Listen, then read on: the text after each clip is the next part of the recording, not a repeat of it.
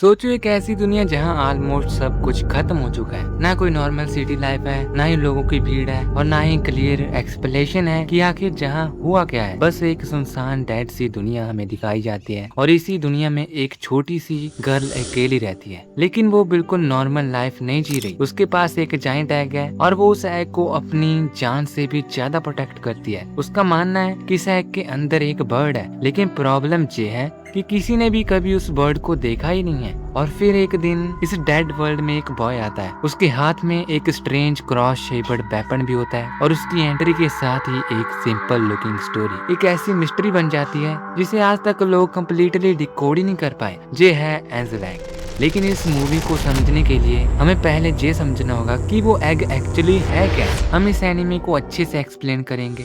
तो मूवी की बिगिनिंग में हम एक गर्ल को देखते हैं। वो कॉन्टिन्यूसली उस जाइंट एग को प्रोटेक्ट कर रही होती है। वो उसे संभाल कर रखती है, उसके पास होती है और उसे लेकर बाहर भी निकलती है। उसके लिए ये सिर्फ एक ऑब्जेक्ट नहीं है, उसके लिए एग के अंदर कुछ जिंदा है, शायद कोई वर्ड उसके हिसाब से। और ये बिलीफ उसकी पूरी लाइफ का सेंटर बन चुका है। लेकिन फिर एक बॉय उसे मिलता है। बॉय गर्ल से उस एग के बारे में पूछता है जब, तो गर्ल बताती है कि उसके अंदर एक बर्ड है, लेकिन जो भाई लड़का है उसकी बात को वो वही सिंपली एक्सेप्ट नहीं कर पाता। तो जहाँ भी मूवी का सबसे इम्पोर्टेंट कॉन्फ्लिक्ट स्टार्ट हो जाता है। ये फाइट किसी हीरो और विलन की फाइट नहीं होती, ये है बिलीफ और डाउट की फाइट। गर्ल के पास प्रूफ नहीं है, लेकिन उसके पास बिलीफ है। बॉय के पास बिलीफ नहीं है, लेकिन उसके पास क्वेश्चंस हैं। और एंजल एग बार बार हमें एक ही क्वेश्चन के सामने लाकर खड़ा कर देता है कि अगर किसी चीज का एग्जिस्ट प्रूफ ही ना हो तो क्या उस पर बिलीव करना गलत है। तो अब स्टोरी और भी ज्यादा स्ट्रेंज हो जाती है। जो भाई लड़का है उस गर्ल को एक बर्ड की स्टोरी बताता है और यहीं से मूवी में नोहस आर्क इमेजरी इंपॉर्टेंट हो जाती है। बाइबल की स्टोरी में नोह एक जाइंट आर्क बनाता है और फ्लड से भाई लाइफ को बचाता है। फ्लड के बाद एक बर्ड को रिलीज किया जाता है ताकि पता चल सके कि दुनिया में दोबारा जमीन मिली है या फिर नहीं। लेकिन एंजल एग इसी स्टोरी को एक डिस्टर्बिंग पॉसिबिलिटी में बदल देती है। What if the word never return? वो वर्ड कभी वापस नहीं आएगा, और अगर वो वापस नहीं आया तो क्या वो मर गया? क्या उसके फादर ही सिर्फ सीट तक पहुंचे? और यही आइडिया भाई कम्प्लीटली इस मूवी को बिल्कुल अलग ही डायरेक्शन में ले जाता है। और सबसे इंटरेस्टिंग बात ये इंस्पिरेशन सिर्फ फैन की इमेजिनेशन नहीं है। डायरेक्टर मामोरू ओशिल ने खुद नो आर्क और बर्ड के आइडिया के बारे में बात की है। ओशिल ने ये भी कहा है कि बाइबल उसके वर्क पर एक इम्पोर्टेंट इन्फ्लुएंस था।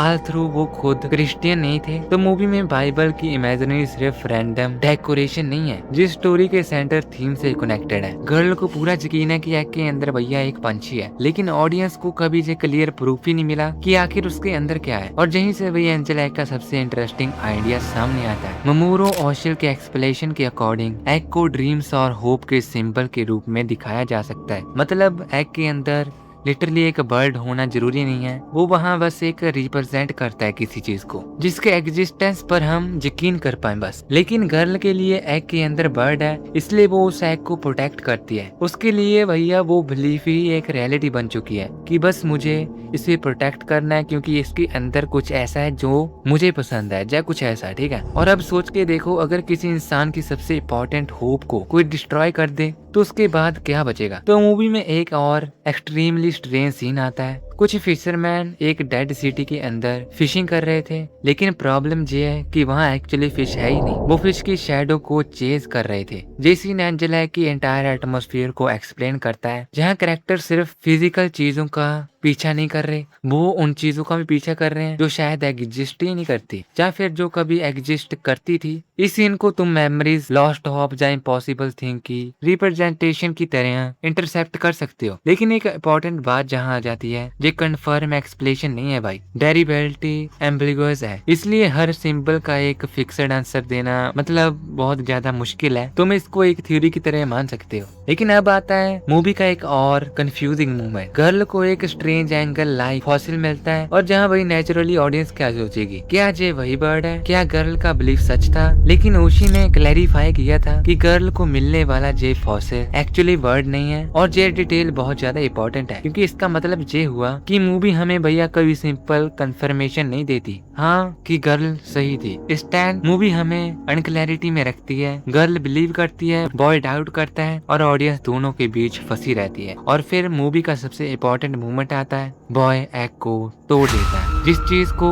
गर्ल इतने टाइम से प्रोटेक्ट कर रही थी वो डिस्ट्रॉय हो जाती है। और सबसे डिस्टर्बिंग पार्ट, अंदर कुछ भी भाई क्लियरली रिवील ही नहीं होता। कोई मैजिकल वर्ड नहीं हमें दिखाया जाता, कोई स्ट्रेट फॉरवर्ड आंसर नहीं हमें मिलता, कोई एक्सप्लेनेशन नहीं है, बस एम्प्टी पॉसिबिलिटी। तो बॉय का एग तोड़ना सिर्फ एक फिजिकल ऑब्जेक्ट को तोड़ना नहीं है, ये गर्ल के बिलीफ को डिस्ट्रॉय करना भी हो सकता है। और उसकी वो दुनिया जिसमें उसका बिलीफ ही सबसे इम्पोर्टेंट चीज था, सडनली कोलैप्स कर देता है वो। एग टूटने के बाद भाई गर्ल उस वर्ल्ड में ऐसे नहीं रह पाती जैसे वो पहले रहती थी। वो वाटर में चली जाती है और मूवी और भी ज्यादा सुरियल हो जाती है, जहाँ बहुत लोग सिंपल कंक्लूजन भी निकाल देते हैं, गर्ल मर गई। लेकिन एंजल एग को भाई इतने ज्यादा सिंपल आंसर से क्लोज कर देना शायद ये सही नहीं होगा, क्योंकि ओशी ने एंडिंग के बारे में बताया ही नहीं है कि वो गर्ल के लिए सेलिब्रेशन का आइडिया रखना चाहते थे, लेकिन उन्होंने उस सेलिब्रेशन को डेलिबरेटली स्ट्रेट फॉरवर्ड नहीं बताया। मतलब एंडिंग का पर्पस ऑडियंस को एक क्लियर आंसर देना नहीं था, बल्कि ऑडियंस को इंटरसेप्टेशन के लिए छोड़ना था। और अब एंजल एग की सबसे इंटरेस्टिंग इंटरप्रिटेशन सामने आती है। ओशी के एक अर्ली एक्सप्लेनेशन के अकॉर्डिंग गर्ल को 9 आर्क के सर्वाइविंग डेस्केंडेंट्स में से लास्ट वन की तरह इमेजिन किया गया था। और एक और फैसिनेटिंग आइडिया दिया गया कि जो वर्ल्ड हम मूवी में देख रहे हैं शायद वो गर्ल के अपने कॉन्सिनेंस के अंदर एग्जिस्ट करता हो कहीं।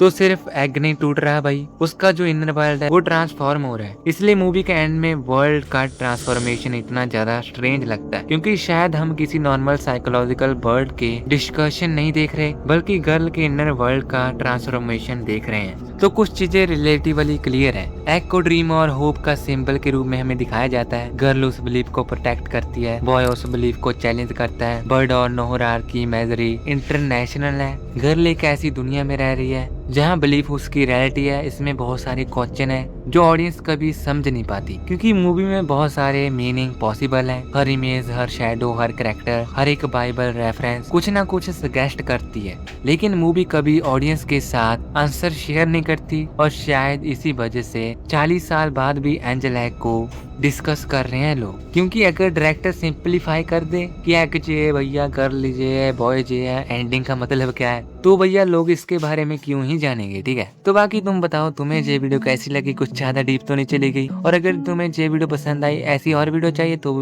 लेकिन अगर तुम्हें कुछ डिफरेंट चाहिए तो वो मुझे बता देना, क्योंकि भाई मुझे समझ में नहीं आता मैं किस पर वीडियो बनाऊं। तो मिलते हैं अगले वीडियो में अच्छे टॉपिक के साथ, तब तक के लिए बाय बाय।